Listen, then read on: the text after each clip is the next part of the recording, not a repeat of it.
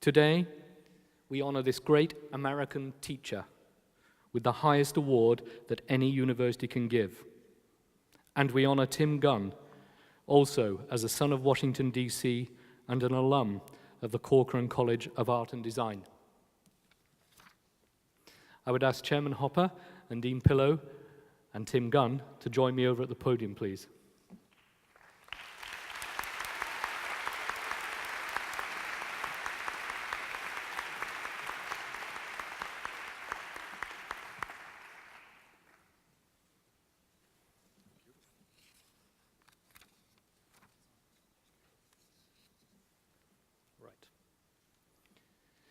In accordance with the authority vested in me by the Congress of the United States of America and the Corcoran Board of Trustees, I hereby confer upon Tim Gunn the degree of Doctor of Fine Arts, honoris causa, with all of the rights and privileges that pertain to this rank.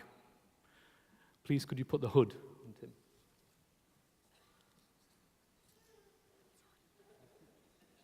We knew this would happen.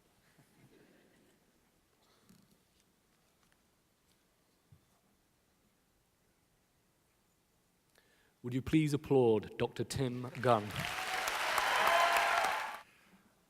I have to say, there are moments in your life when you're verklempt, a word that I don't use that frequently, and it's moments of terrible tragedy and moments of extraordinary joy.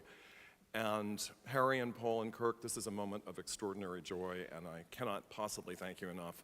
I am so honored to be a graduate of the Corcoran, and I have to say to all of you, this, and I'm going to be using all sorts of cliches, I'm afraid, but this is really an extraordinary day, and I have to tell you a story about me and also about the journey that brought me here. I've always been a curious person. I've always been deeply interested in books, and I studied the piano, classical piano, for a very long time, and I'm an architecture buff and an art history buff. And I, before I reached the Corcoran, had been in and out of more academic institutions than even I can count. And I was always looking for that place where I could really, I won't even say spread my wings, just find myself. And everywhere I went, I felt, I don't really know where I want to go or who I necessarily am, but I know this doesn't feel right. I know this isn't for me. And I am a great museum frequenter, and my grandmother would take me to museums a great deal, along with my sister, who I'm thrilled to say is here today. And this is one of my, well, I'm acting as though we're in the Corcoran, and mentally I am in the Corcoran. The Corcoran's always been one of my favorite galleries, and there's something about the grandness of the paintings, the intimacy of the scale, that no other institution can quite measure up to. And I was visiting the Corcoran gallery and didn't realize that there was a school. And at this point, I was an early teen. And I saw through a great set of double doors this lively interaction and a debate about, I believe it was Tintoretto. And I thought how passionate these students seem. They were older than I, clearly, but how passionate they seem, and they believe, and they're in this vigorous debate. And it excited me, and it was a lasting impression on me. It still sticks with me as vividly as when it first happened. And I was coming home from a very troublesome semester away at a school, and said to my parents, who I have to say couldn't have been more supportive of me and all of my educational endeavors, said that I wanted to take a summer class at the Corcoran. I wanted to take a class in drawing, and figure drawing specifically, and may I? And they, without hesitating, said yes. I mean, they too were eager for me to find a place for myself. And I did, and had the most extraordinary educational experience I've ever had. And by that, if I could crystallize it for you, it's something all of you have experienced, I'm sure, but for me it was brand new. For the first time in my life, the answer wasn't in the back of the book. For the first time in my life, it was really in me. And regardless of the critical analysis that I brought to the work, because I didn't think it was very good, it still was something that I owned, and I owned responsibility for, and I could take it in any direction that I chose, and it was through well, it's a collaboration between me and great teachers, I have to say. But I was at the wheel, I was at the helm. And I then said that I really wanted to apply to the diploma program, which then morphed into a degree program while I was attending the school. And again, my parents, very thankfully to me, said yes. And I started out on a journey the likes of which I could have never, ever have anticipated. And it was a journey that not only taught me about the responsibility that we each have to ourselves to only produce the best work possible, it was a journey that was about qualities of character as well. But I want to pursue the former first. I was surrounded by students who were much more talented than I was, and naturally gifted, I have to say. I was not naturally gifted at drawing. I had a keen sense of three-dimensional space, I knew that, and a sense of composition, but the quality of mark that I was placing on the paper was a struggle for me, a big struggle. And I was in a class with a gentleman who is here this afternoon who was and is the most extraordinary mentor for me, Bill Christenberry. Bill, I have to ask you to stand because you're just incredible.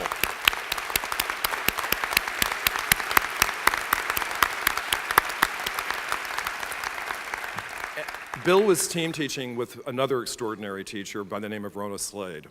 And Bill and Rona, I could tell, they were pacing back and forth behind me. They were getting impatient. I was so stiff. We were drawing a still life, a huge setup, and it was in the hemicycle. I'm still pointing as though it's upstairs. Over there, the hemicycle, a glorious space.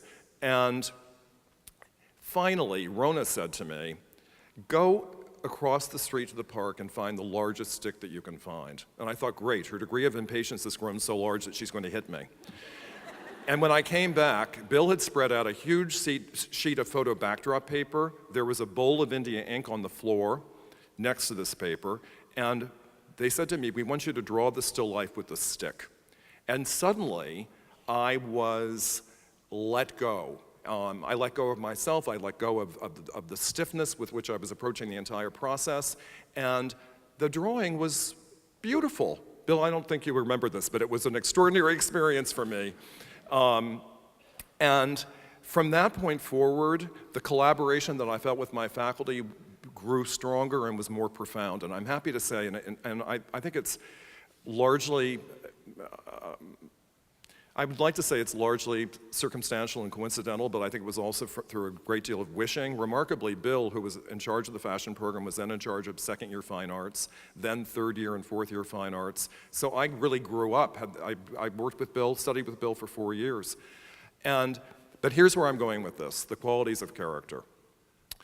Bill, in particular, going back to the respect issue, taught me that unless you do whatever it is you're doing to the highest degree of what you're capable of, don't do it.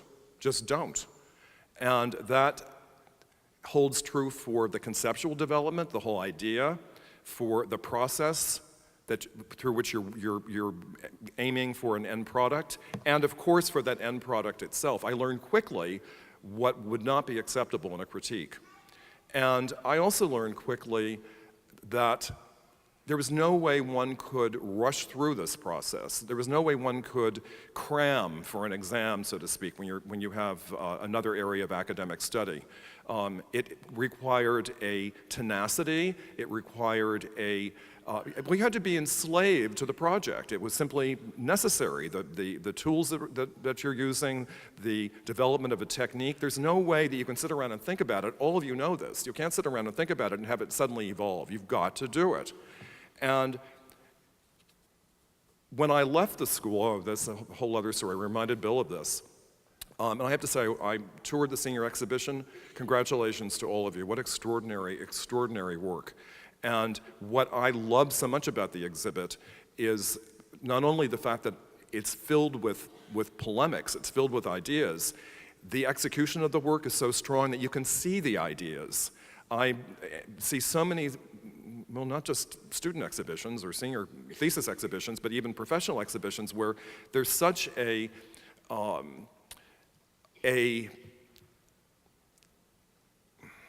trying to be somewhat diplomatic, there's such an erosion of evidence, of skill, that you don't even care what the idea is. So to see work that's so profoundly and thoughtfully executed and presented is joyous for me, and I love seeing it. But what I'm leading up to is my own senior exhibition. Among the many things that the Corcoran taught me was a belief in myself, and I really suffered from that before I came here. I was filled with self-doubts and apprehensions, but I may have gone a little too far the other way, and I was so lifted by my own ego that I refused to come to graduation because we had a curated senior show, and here I thought the students and wonderful Professor Christenberry were all going to do this as another big collaboration. No, we had a guest curator. The guest curator didn't really like my work. So I had one piece in the show. It was a piece that I didn't even like that well. I thought I shouldn't have even had it up for the juror to see. So I refused to come to graduation. Bill does remember this. I was pompous. I was what were the words I used earlier, Bill? I had them down. I really am verklempt. I was just filled with blind arrogance about the entire process. But there was another aspect to this too, because as I sat at home, knowing the graduation ceremony was going on, and there were only 16 of us at that time, the phone kept ringing and ringing and ringing during the 15 to 20 minutes leading up to when I knew the ceremony would begin. And this was before cell phones and Blackberries and even answering machines. In fact, they were the good old days. If the phone rang and you didn't pick it up, nobody left you a message. But I anticipated why I was being called. And I'll tell you, I was at home and I burst into tears. And I thought the reason I'm not there, I finally owned up to what it was all about, was I didn't want to close this chapter. I didn't want to say goodbye to the Corcoran. It was and still is so profoundly important to me that my bratty petulance was really owing to the fact that I was just deeply disturbed by leaving. And it was a lot easier to get angry at the institution than it was to embrace the separation and realize that it's a new chapter, a new threshold. And it wasn't until, I want to say a few years later, maybe not even that long, when I came to terms, going back again to the qualities of character, how one navigates the world, how one problem solves, and all of you are keen, creative problem solvers.